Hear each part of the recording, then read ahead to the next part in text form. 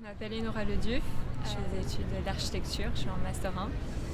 Et puis donc je fais à côté Au Soleil d'hiver, qui est donc mon nom d'expression artistique. Du dessin j'en fais depuis toujours, mais depuis on va dire depuis que je suis en architecture j'en fais donc, quotidiennement à la fois pour moi et puis pour les études. Mais c'est des dessins assez différents. D'abord le dessin, crayon et puis après encre.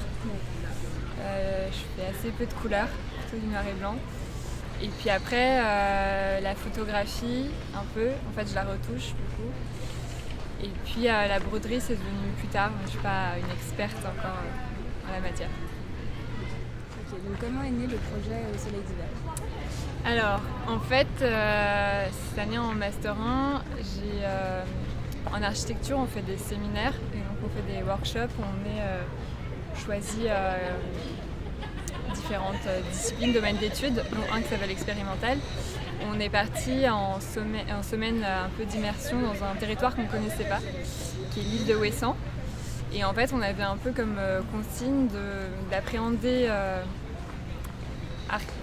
artistiquement le territoire un peu comme on voulait. Et donc j'ai travaillé là-bas, j'ai fait un projet artistique et puis après j'ai continué. Le début, donc ça est parti au départ, j'ai commencé par la photographie. En fait, je travaillais sur un relevé de tout ce qui était de l'ordre du trait et du tracé à Ouessant, donc tout ce qui était fissures, lignes, végétation, tout ça.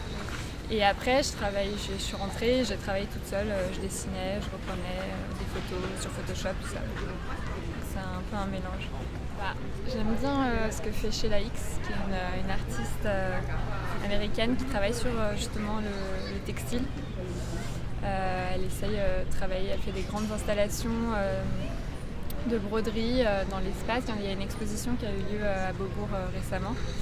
Et puis après, elle fait des toutes petites choses, des petites broderies confinées dans des cadres. C'est très différent.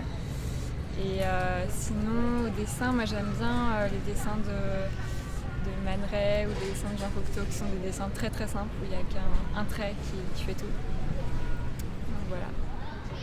Ok, est-ce que tu as cherché ce que ça signifiait arcane ? Non. Ok, en fait ça veut dire mystérieux, ésotérique. D'accord. Tu essayes parfois d'être un peu mystérieuse dans ton travail Oui, mais enfin, je sais pas, moi en ce moment je travaille pas mal sur la cartographie et je cartographie des choses qui ne sont pas habituellement cartographiées comme, je sais pas, un morceau de peinture qui est arraché dans la rue, des choses comme ça. Donc ça fait des cartes, on a l'impression que ce sont des pays, en fait c'est rien du tout. Donc il y a un côté un peu mystérieux là-dedans.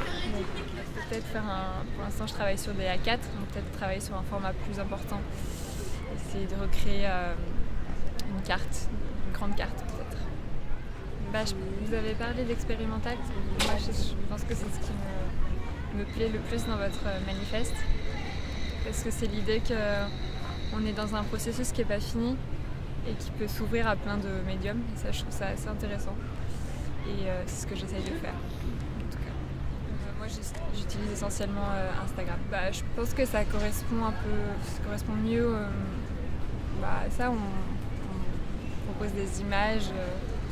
Moi, je ne les fais pas trop souvent parce que j'ai pas le temps, mais je sais pas, c'est ce qui me paraît le plus adapté. Ouais.